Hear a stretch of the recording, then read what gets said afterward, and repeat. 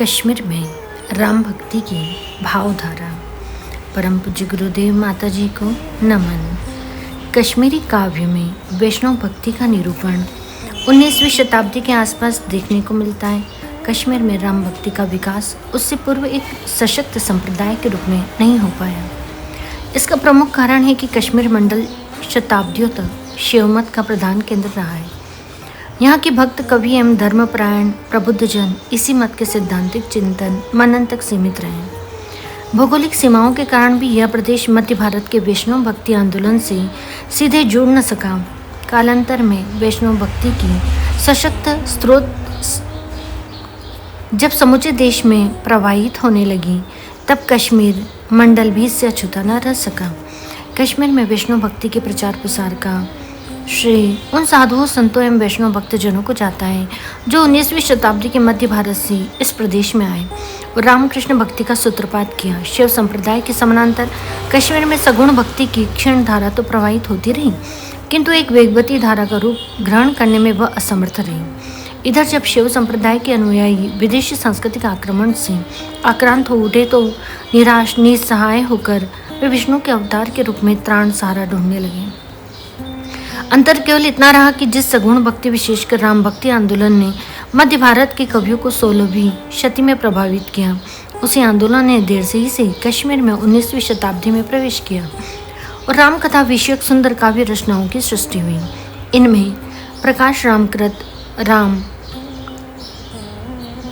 राम अवतार चरित कश्मीरी काव्य परंपरा में अपने सुंदर वर्णन शैली, भक्ति वियल तथा कथा संयोजन तथा काव्य सौष्ठव की दृष्टि से विशेष महत्व रखता है। रामावतार चरित की मूल कथा का आधार यद्यपि वाल्मीकि कृत रामायण है, तथापि कथा सूत्र को कवि ने अपनी प्रतिभा और दृष्टि के अनुरूप ढालने का सुंदर प्रयास किया है। कई स्थानों पर काव्यकार ने कथा संयोजन में किन्हीं नूतन मान्यताओं की उद्घोषणा की है। रामावचरित के युद्ध कांड प्रकरण में उपलब्ध एक अत्यंत अद्भुत एवं विरल प्रसंग मक्केश्वर लिंग से संबंधित है, जो प्राय अन्य रामायणों में नहीं मिलता है। यह प्रसंग जितना रोचक है उतना ही गुदगुदाने वाला भी है। शिव रावण के याचना करने पर उसे युद्ध में विजयी होने के लिए एक लिंग दे देते हैं और कहते हैं कि जा, यह तेरी रक्षा करेगा, मगर ले जाते समय इस मार्ग में कहीं पर भी धरती पर न रखना। लिंग को अपने हाथों में आदरपूर्वक थामकर रावण आकाश मार्ग द्वारा लंका की ओर प्रयाण करता है। रास्ते में उसे लघुशंका की आवश्यकता होती है। वह आकाश से नीचे उतरता है तथा इस असमंजस में पड़ता है कि लिंग को वह कहाँ रखे। तभी ब्राह्मण वेश में नारद मुनि वहाँ प्रकट होते हैं, जो रावण की दुविधा भाप जाते हैं। रावण लिंग उनके हाथों में यह कहकर संभला जाता है कि वह अभी निवृत्त होकर आ रहा है। रावण लघुशंका से निवृत्त हो ही नहीं पाता, धारा रुकने का नाम नहीं लेती। संभवतः यह प्रभु की लीला माया थी। काफी देर तक प्रतीक्षा करने के उपरांत नारद जी लिंग को धरती पर रखकर चले जाते हैं। तब रावण के बहुत प्रयत्न करने पर भी लिंग उस स्थान से हिलता नहीं है और इस प्रकार भगवान शिव द्वारा प्रदत्त लिंग की शक्ति का उपयोग करने से रावण वंचित हो जाता है। रामावतार चरित में उल्लिखित एक दिलचस्प कथा प्रसंग लंका निर्माण के समय संबंध में है। पार्वती जी ने एक दिन अपने निवास हेतु भवन निर्माण की इच्छा शिव के सम्मुख व्यक्त की। विश्वकर्मा द्वारा शिव जी की आज्ञा पर एक सुंदर भवन बनाया गया। भवन के लिए स्थान के चयन के बारे में रामावतार चरित में एक रोचक प्रसंग मिलता है। गरुड़ एक दिन क्षुधा पीड़ित होकर कश्यप ऋषि के पास गए और कुछ खाने को मांगा। कश्यप ऋषि ने उनसे कहा, जाओ उस मदमस्त हाथी और ग्राह को खा लो, जो 300 कोस ऊंचे हैं और उससे भी दुगने लंबे हैं। वे दोनों इस समय युद्ध कर रहे हैं। गरुड़ वायु वेग की तरह उड़े और उन पर टूट पड़े। ताहू अपने दोनों पंजों में पकड़कर उन्हें आकाश मार्ग की ओर ले गए। भूख मिटाने के लिए वे एक विशालकाय वृक्ष पर बैठ गए। बाहर से इस वृक्ष की एक डाल टूटकर जब गिरने को हुई तो गरुड़ ने उसे अपनी चोंच में उठाकर बीच समुद्र में फेंक दिया, यह सोचकर कि यदि डाल पृथ्वी पर गिर जाएगी तो पृथ्वी धंसकर पाताल में चली जाएगी। इस प्रकार जिस जगह यह शाख समुद्र में जा गिरी वह जगह कालांतर में लंका कहलाई। विश्वकर्मा ने अपने अद्भुत कौशल से पूरे त्रिभुवन में इसे अंगूठी में नख के समान बना दिया।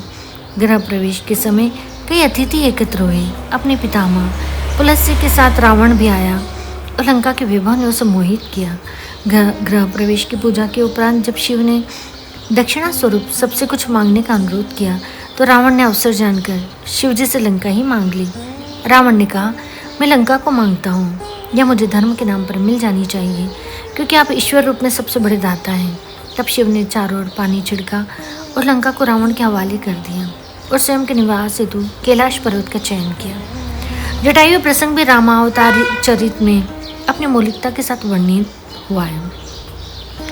जटायु के पंख प्रहार जब रावण के लिए असहनीय हो उठे तो वह इनसे छुटकारा पाने की युक्ति पर विचार करता है। वह जटायु वध की युक्ति बताने के लिए सीता जी को विवश कर देता है।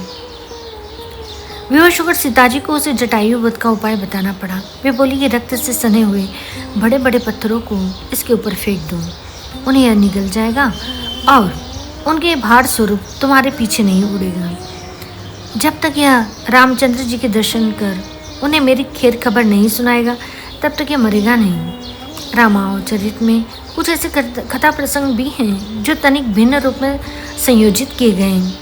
उदाहरण के तौर पर रावण दरबार में अंगद के स्थान पर हनुमान के पैर को असुर पूरा जोर लगाने पर भी उठा व डिगा नहीं पाते। एक अन्य स्थान पर रावण युद्ध नीति का प्रयोग कर सुग्रीव को अलग से एक पत्र लिखता है और अपने पक्ष में करना चाहता है। तर्क वह यह देता है कि क्या मालूम किसी दिन उसकी गति भी उसके भाई बाली जैसी न हो जाए। वह भाई के वध का प्रतिशोध लेने के लिए सुग्रीव को उकसाता है और लंका आने के लिए निमंत्रण देता है, जिसे सुग्रीव ठुकरा देते हैं। इसी प्रकार मही रावण अहि रावण का राम और लक्ष्मण को उठाकर पाताल लोक ले जाना और बाद में हनुमान द्वारा उसे युद्ध में परास्त कर दोनों की रक्षा करने का प्रसंग भी रामावचरित का एक रोचक प्रकरण है। रामावतार चरित के लव कुश कांड में भी कुछ ऐसे कथा प्रसंग हैं जिनमें कवि प्रकाश राम की कतिपय मौलिक भावनाओं का परिचय मिल जाता है।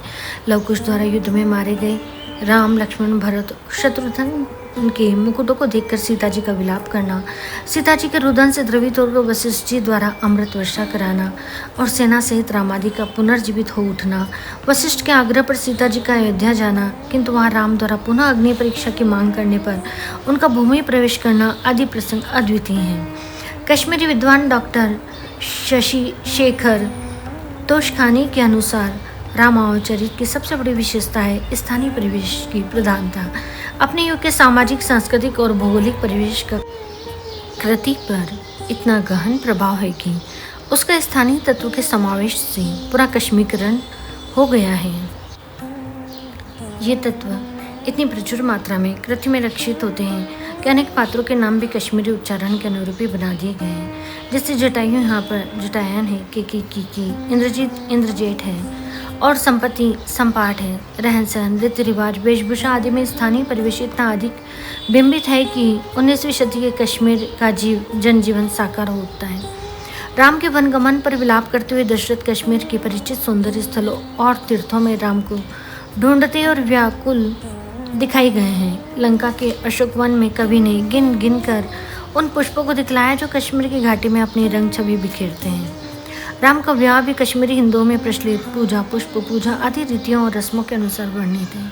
लव कुश चरित में सीता के पृथ्वी प्रवेश प्रसंग के अंतर्गत कश्मीरी रामायणकार प्रकाश राम ने भक्ति से विहल होकर शंकरपुर गांव में सीता जी का पृथ्वी प्रवेश दिखाया है। किंवदंती है कि यहाँ के राम कुंड चश्मे के पास आज भी जब यह कहा जाता है, सीता देख राम जी आए हैं, तेरे राम जी आए हैं, तो चश्मे के पानी में से बुलबुले उठते हैं। हो सकता है यह भावातिरेक जनित एक लोक विश्वास हो, लेकिन कश्मीरी कवि प्रकाश राम ने इस लोक विश्वास को रामकथा के साथ आत्मीयतापूर्वक जोड़कर अपनी जननी जन्मभूमि को देवभूमि का गौरव प्रदान किया है। इस प्रकार कश्मीर में राम भक्ति की धारा फूट पड़ती है और कश्मीर को राममय बना देती है। सभी को प्रणाम।